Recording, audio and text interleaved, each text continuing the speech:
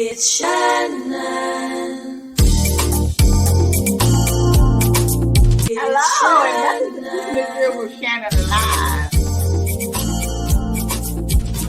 It's Shannon. Because you don't know how it's going to turn out. It's Shannon. It's Shannon. My kids empowered me to get out. What's going on with this remote learning and in the midst of COVID? Working for different elected officials, learning and understanding how to put the community first.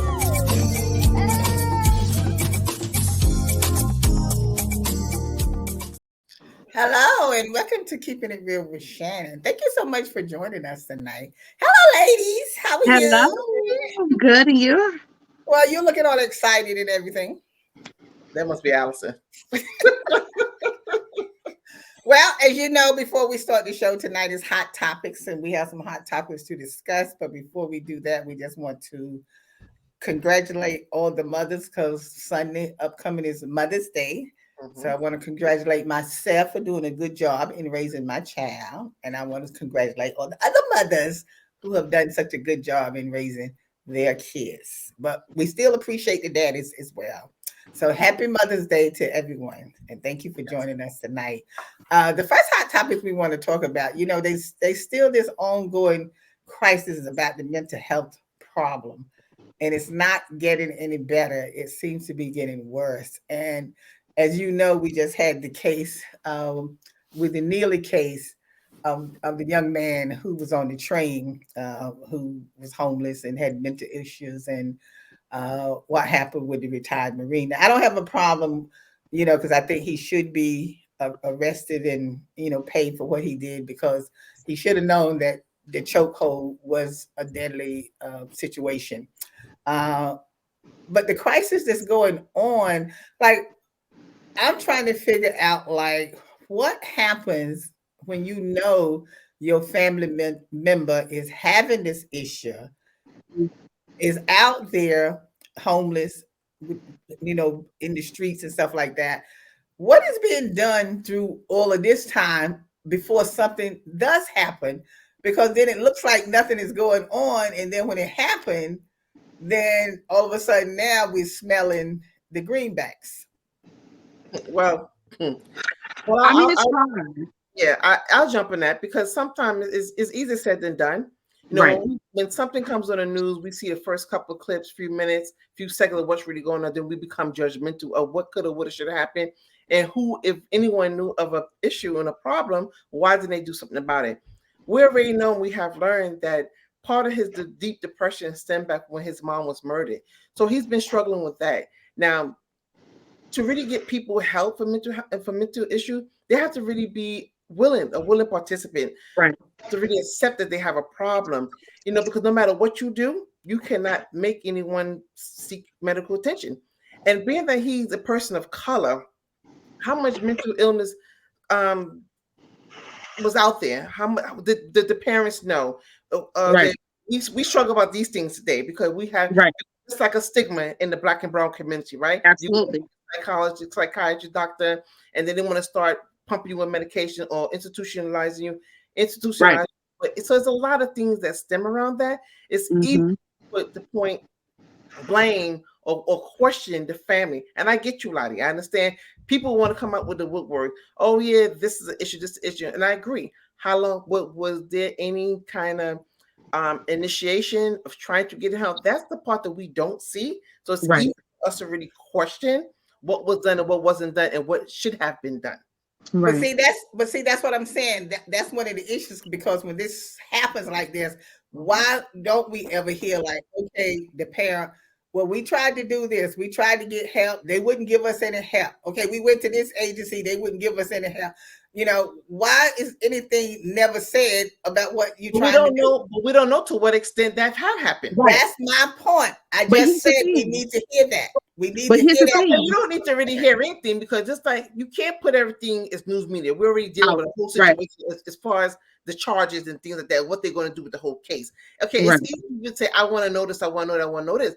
These things have been discussed probably behind doors of what cases, and really, who are we really to blame? Right. I mean, at the end of the day, you have to We're not understand trying that. I wouldn't try to put the blame on anyone, because I wouldn't be blaming anyone and not really judge anyone. I'm still asking the same question. Why don't we hear what tried to take place? In other words, if my child was out there like that, when then something happened, I would be telling them, look, I tried to get help. I went to the Department of Mental Health. They would, I would be saying what I did. Mm-hmm. But I mean, again, you don't want to compromise the case neither, because you can't be saying but so much stuff in the public. So because it can be used against you. Exactly. Some things they refrain from you to put out in the public to at least build a case. And besides, anyway, that doesn't justify the act anyway. Right. Let's just say it wasn't a case, right? At the end of the day, the news media doesn't really honestly portray us in a decent light when it comes to things like this. You know what I mean? So who's to say that his mother didn't, in an interview, didn't say, hey, listen, we've went through these specific channels. We tried X, Y, and Z. We're in treatment. You know what I mean? And this was just something that happened. You know what I mean? Allison, it wouldn't be his mother. The father was on speaking. Right, because the father, sorry. But did you know the history with his mother? His mother was murdered. Right, yes. But he was murdered. Yeah, but then when he was 14, he wanted to go in and say goodbye on his way to school, and the boyfriend went a letter. So that's been on his mind because his mother was already probably deceased. Dead. Right, that's right with him. And sometimes we talk about PTSD and post-traumatic trauma, and these things you live beyond these things, and sometimes out of control. You're young, maybe the family who knows that they knew where was services offered to him. They didn't know where to go. These are a lot of things that we talking about 15 years ago. He's 30. Right. He was Did we just tell him to walk it off? Deal with it at the funeral, cry your tears and let it go. When she's buried, she's gone. You got to understand, in our community, we don't really seeking help for mental health is not something that we've done. And historically, even let's date back to slavery. You know what I mean? Black people were thought of, we don't feel pain, we can deal with things of a certain nature. I feel like every Black person on Juneteenth should get a voucher for therapy. Okay, because at the end of the day, it's not just the memory of the things that you remember that you see, it's also the emotional memory from things that you probably don't remember that happened in your childhood or you repressed. And there are things that may trigger you that you're not even aware of, and that's how things happen. You know what I mean? So it's when it comes to mental health in our community, it really needs to be at the forefront of every conversation when it comes to medical care. And then some people need closure, right? And then when you go to mental health facilities, it gets registered. If you use an insurance, it gets registered in database, right? Right. A lot of jobs and companies, they may access on the application. So it's against you in some way that you don't, even just bereavement is questionable, right? Right. When you have people that may not be Black and brown, they would use cash because they have the cash and the means to seek services for the kids, right? So they know. So when you go now checking the database, you're not going to show anybody in the system. I've seen people come through for jobs, right? And then you question, oh, but you saw counsel for that. Yeah, but my mom passed away, or I had a loved one, or I lost something, or they went through some kind of So why are they being penalized for that later on because they have used a service? Right. Okay, but I'm still going back to the same thing I said before. If the mental health issue is a real crisis, but you still do not hear the loud noise talking about if they don't get services or we tried to get services, this agency is not working. Why is there not such an outcry about this? Because right now, every time when something happens, they say the person has mental illness. Every time now, if somebody does something, shoots up, whatever, they got mental illness. So if it's that big a crisis, why is there not an outcry? Because it's not an outcry for us. We don't believe in that. It's not new. It'll never be an outcry. Mental health. No, we're at the stage now that we believe there's a now we're at the stage. Not yesterday. It's been in the works for a long time. Let me ask you a question. Make a lot of noise about it. Listen, we should. Let me ask you a question. You have a person in your family that has to help, because if somebody in your family has that kind of crisis and out on the street like that, homeless and need food or whatever, and they acting up, like, okay, so what is the family now doing to try to get that help? They can't do anything if that person is unwilling. Unless that person is a danger to himself or to others. or the people, Mhm. then they can't force him to get help. They And would can't. you want to compromise your family? And I mean, and I'm not being biased to say, okay, leave your family out there, but will you bring a family member who may be having to do Unstable. crisis, and you have Mhm. kids in the house, Children. your safety, and they become unpredictable? You don't know if they're on Right. medication, if they have as a tolerance level of medication, or Right. if they are on medication, which many of them really are not, because you don't really know. Mhm. But Right. is it coupled with substance abuse? Well, I know you're not outside? going to bring the person in the house if they have mental issues. No, but when what you- I'm saying is if that you think they're that dangerous, you're not going to yes, bring but what someone I'm in the house saying is like that that. I'm sometimes saying people- what to do, what we need to, what is we need to do. You know they're out there on the street and stuff like that. Mhm. To find some place for them to go to get the help, because eventually you know them out there on the street, something is gonna happen. It's bound to happen. But Lottie, how much can you do? People don't even want you. How much People can don't you- even want you to come up close on them now. Lottie, Without how much can saying you do turn for around somebody? being nasty to the people. How much can you do for somebody legally that's of age? Right. You can lead a horse to water. You can't make him drink. Exactly. How much can you do? You You can't. gotta look at the people who are diagnosed with mental illness, who's not taking medication. Right. That's coupled medication with substance abuse, the other things that make it less effective. So for a Right. lot of things out there, it's easy for people to sit back and say, "Yeah, I agree with you. Everything that happens, that mental, we all got something mental going on. Right. We all do, right? We all do. I only buy that from the act of it, not the excuse that they put for the people doing it. I don't buy that everything is mental health. I don't look at it that way. And Right. and people may fit the different. That's fine. But the act of and the nature of what they're doing is one thing. But if you got programs and people are young, that's one thing. When they're underage, you have a little more control of them. But once they become age and it's out of your control, what can you do? What can you do?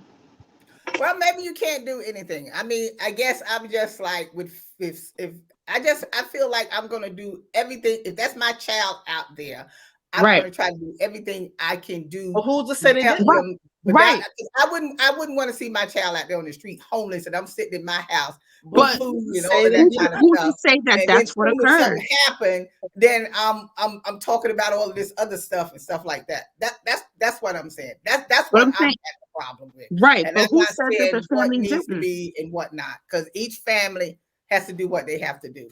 Okay, Right. we're gonna take a quick break and come right back. It's Shannon. It's Shannon. Okay, Dad. 1, 2, 3.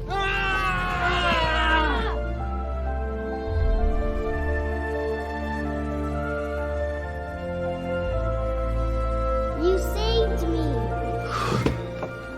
Dad? Are you okay? I'm fine, dear. Your hero needs you now, and AARP is here to help. Find the care guides you need at aarp.org/caregiving.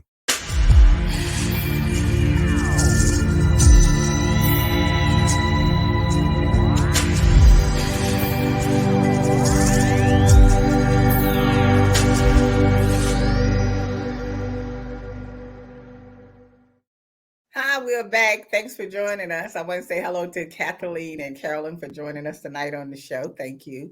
Now we wanted to get your opinion on the asylum seekers that's coming every day by the hundreds and the thousands. And what do you think is going to end up eventually happening now? Because there's nowhere to put them, and the mayor wants to make deals to go to other counties, but now they on TV already saying that they ain't coming there.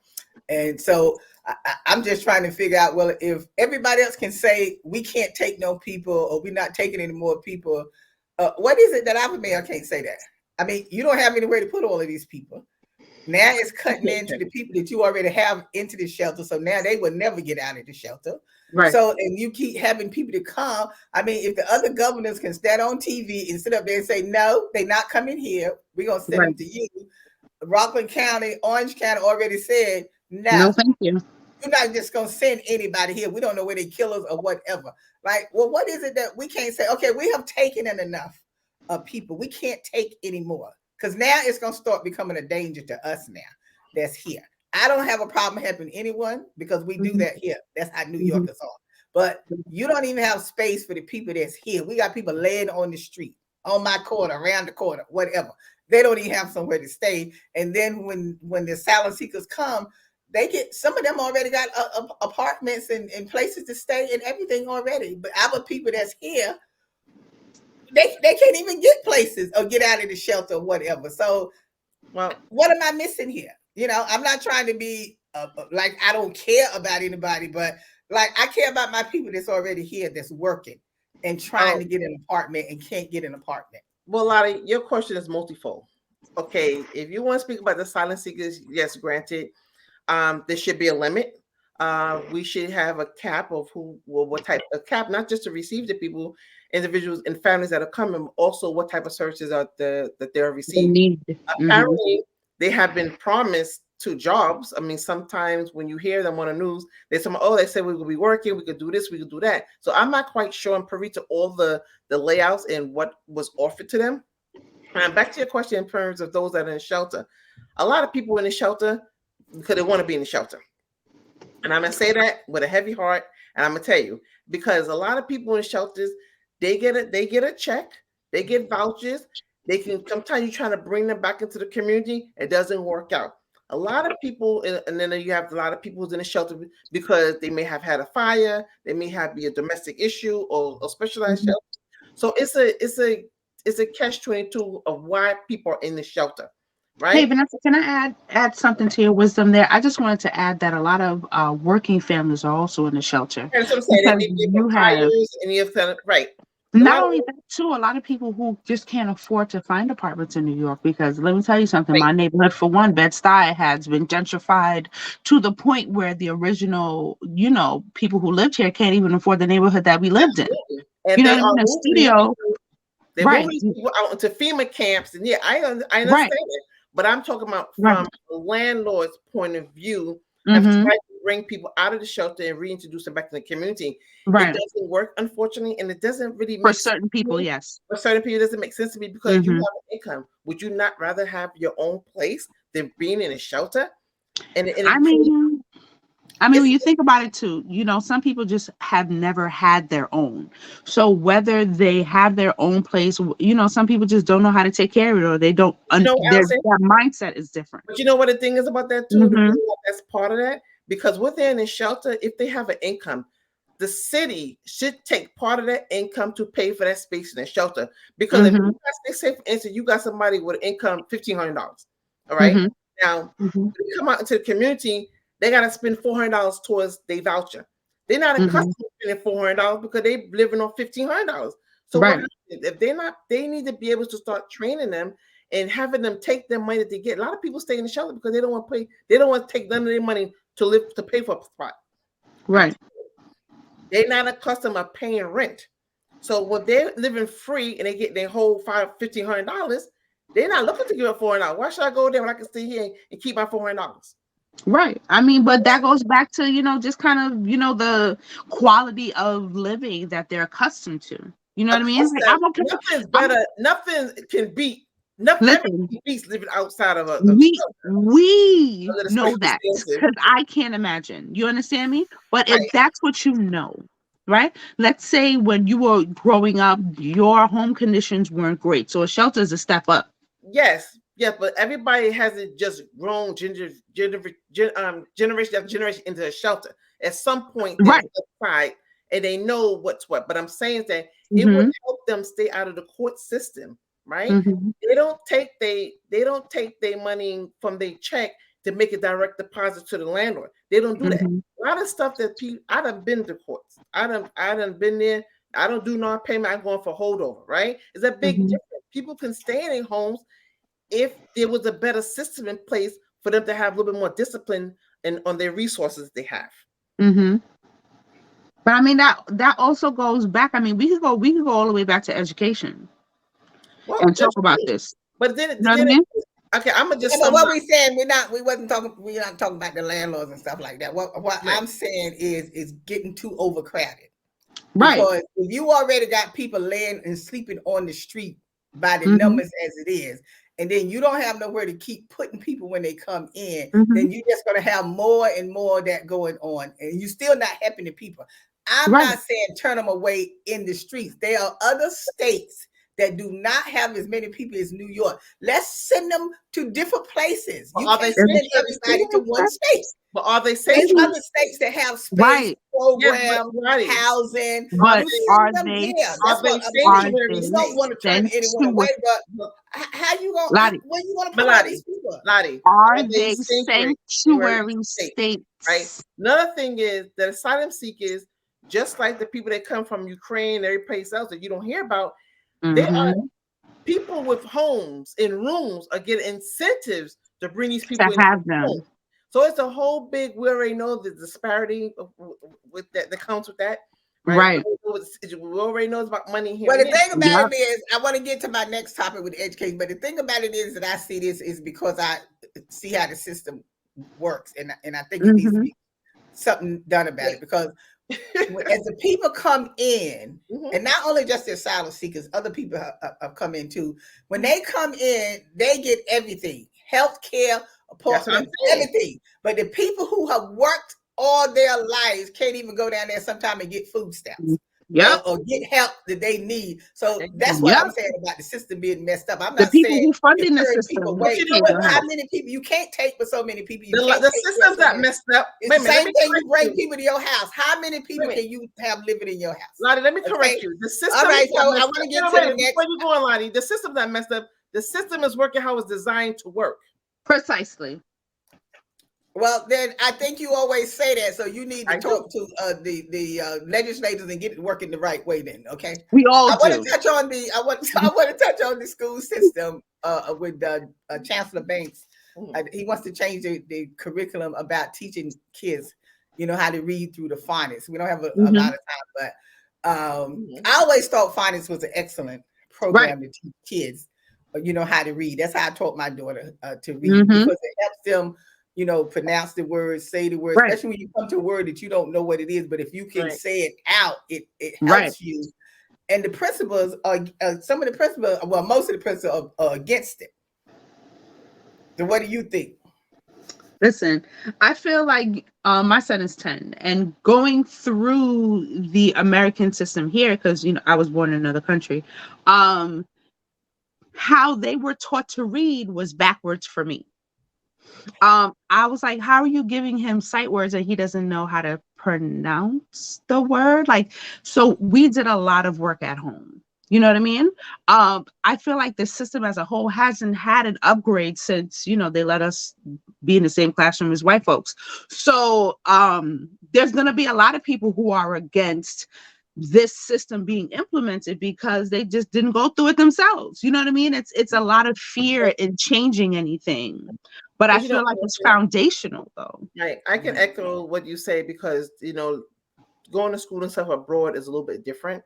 And even like the penmanship, they don't do here anymore.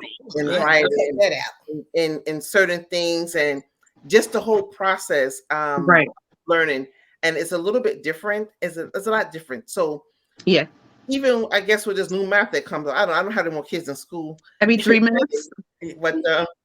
But it's really different, and I don't know what the fear is. If this is something that's going to benefit the kids, and is it that they fear to do more work? Is it fearing that I don't understand why we make every effort to make it better? Exactly. Well, surprisingly, the teachers are on board with it. I'm surprised that the teachers are on board with it, because that's going to have them doing more work. So I was happy to see that they were on board with it. But the principals, I couldn't understand what their issue was.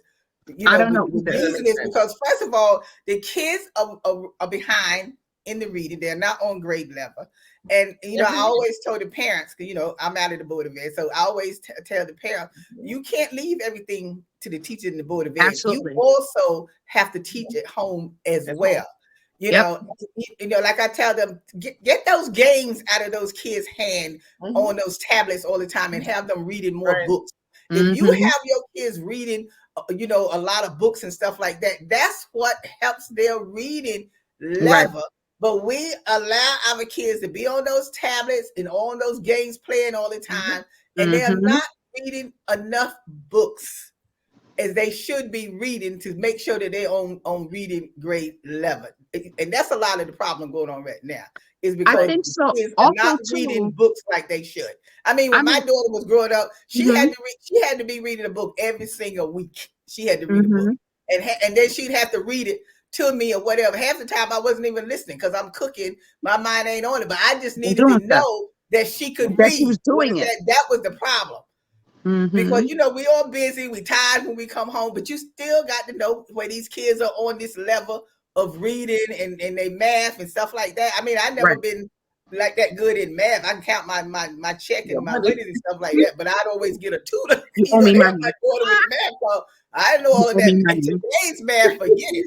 I was helping my granddaughter with the math one night. I had a migraine by the time I finished. I was like, what are they talking about? Yeah, my grandkids, my granddaughters, the two twins, they read. They read. Yeah. And they kids can start reading at 3 years old. And the reason I'm telling you this is because I saw this with my own eyes when I was working with a young man who was working there, brought his daughter with him one night, 3 years old, and had her sitting there reading a little book. And I'm looking at like, is that little girl actually reading that? Yes. And that's, my granddaughters of course, they can get on these phones and work these technology phones at 45 years old, then they can read, they can learn how to read books and stuff like that. So the parents, I want the parents to come out with an outcry if they tried not to implement this program with the finance, because they need to make some noise. Wasn't there outcry? Wasn't there outcry into the schools? But was there outcry where they was trying to extend the school day and end the school year? On top of when they were saying that the kids were failing? Who said that? Who said that? Because it wasn't me. All right, then. So keep them kids in school. Yes, Kay say your daughter was reading that too, because they can do it, because you set it up. Thank you. Absolutely. So that way parents know if yours can start reading that too, they can read. So look, our time is up. Our time is up. We have to go. Don't start me talking about the Board of Ed, because I get excited when we get there. We know. Thank you so much for joining us tonight. And make sure you go and like us and subscribe to our YouTube page. And as always, we'll see you next time. Today's show is sponsored by Abu's Bakery. If you have a sweet tooth, stop by Abu's Bakery for some delicious cakes and pies. Do you like beautiful pictures for your home or your office? Then stop by Space Watch Gallery. They have a large selection of pictures from around the world. It's Shanna.